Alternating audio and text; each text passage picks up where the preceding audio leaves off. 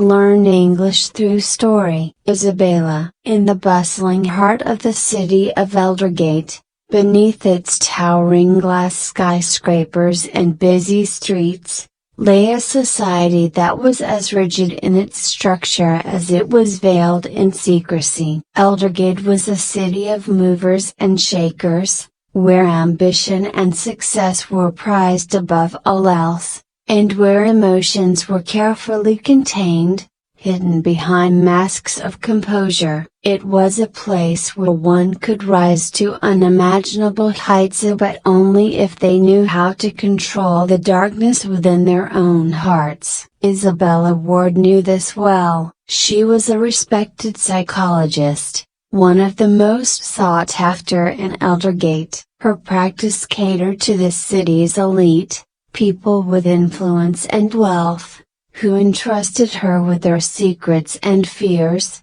assured of her professionalism and discretion. Isabella had built her career on helping others manage their struggles, expertly guiding them to self-control and self-awareness. But in truth, Isabella herself struggled with a darkness she had never confessed to a darkness she could barely admit even to herself.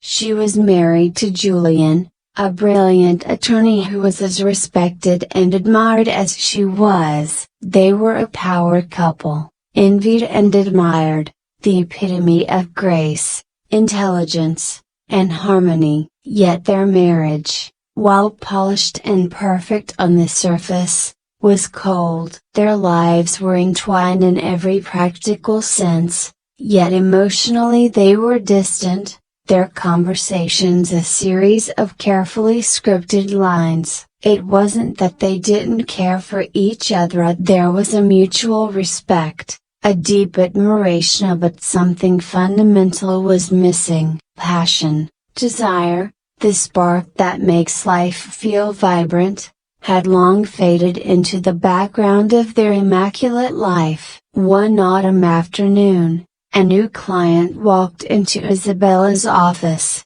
a man named Ethan Blake. Ethan was striking, not conventionally handsome but intense, with an air of mystery that both intrigued and unsettled her. He had moved to Aldergate recently, a novelist, looking for psychological insights to develop characters for his new book. He wanted to understand the darkness within people, he told her with a slight smile, a hint of irony in his tone. In their first few sessions, Ethan asked her probing questions that would be more fitting coming from a psychologist than a patient. He was observant, intelligent, and seemed to understand the complexity of human nature far more deeply than most. Isabella was initially reserved, adhering to her role, keeping their conversations professional, but Ethan's charm and insight began to wear down her defenses. Each session left her feeling strangely exhilarated,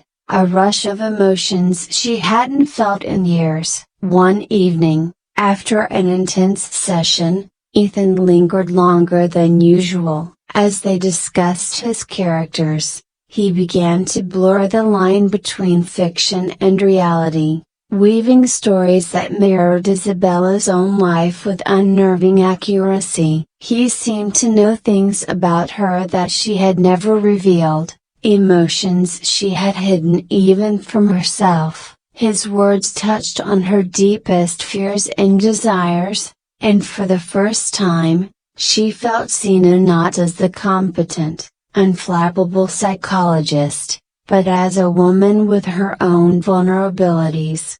They began to meet outside her office, always under the guise of discussing his novel, but both knew these meetings were more than that. She felt drawn to him, as if he were the antidote to her stifled existence, the one person who understood her in a way no one else did. With Ethan, she could let go of the facade, surrender to emotions she had long repressed. Her interactions with him became intoxicating, a dark allure that she knew was dangerous but couldn't resist. As their connection deepened, Isabella found herself slipping into a web of secrecy and deceit. She would leave Julian in the evenings, claiming she had late sessions or meetings, all the while knowing she was venturing into forbidden territory. The thrill was as addictive as it was unsettling, and soon she found herself living a double life, torn between the stability of her marriage and the exhilarating unpredictability of her encounters with Ethan.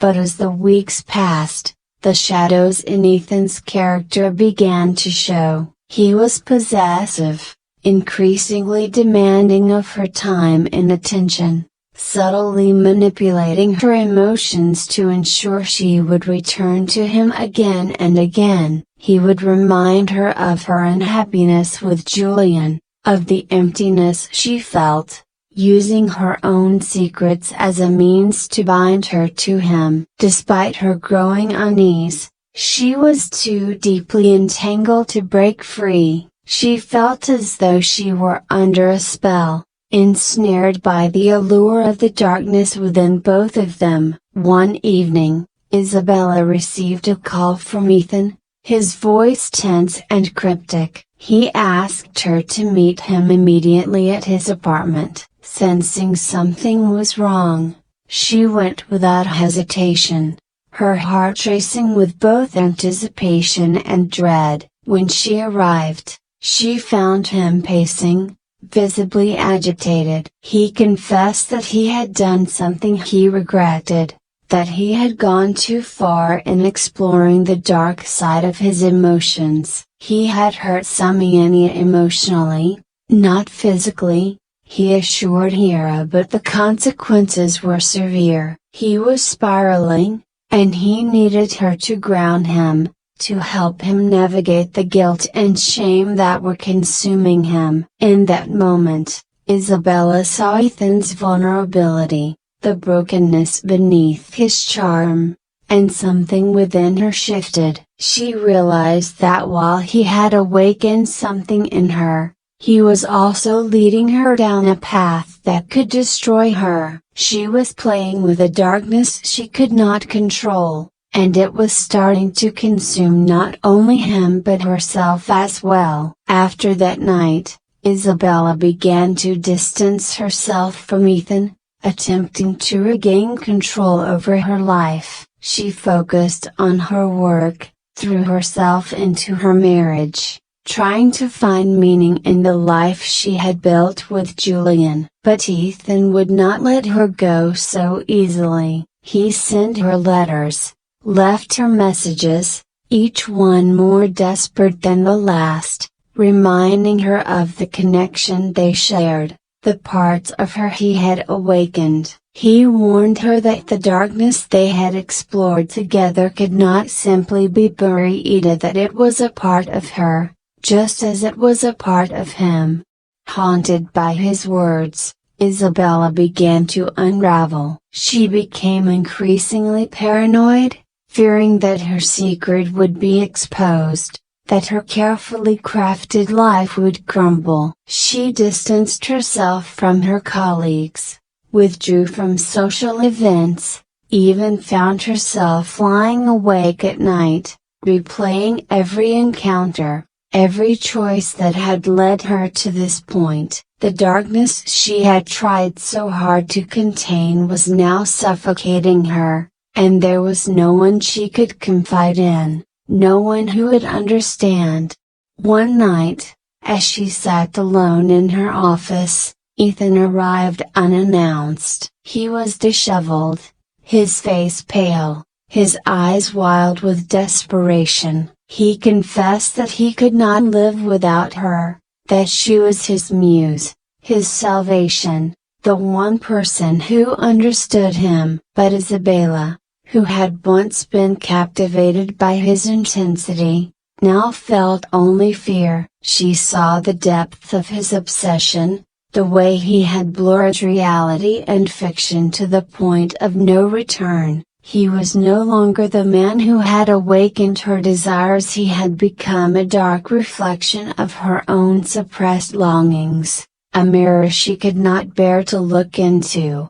In a voice trembling with both anger and sorrow, Isabella told him that they were over, that whatever they had shared was a mistake, a dangerous indulgence in emotions they should never have explored. Ethan's face twisted with a mixture of disbelief and rage, and for a moment, she feared he might lash out. But instead, he simply turned and walked away, leaving her alone in the silence, with nothing but the echo of her own heartbeat. In the days that followed, Isabella felt both liberated and hollow. She had reclaimed control over her life, but at a cost. The allure of the darkness, the forbidden emotions she had tasted, had left a permanent mark on her soul. She returned to her marriage, to Julian, but the spark was gone,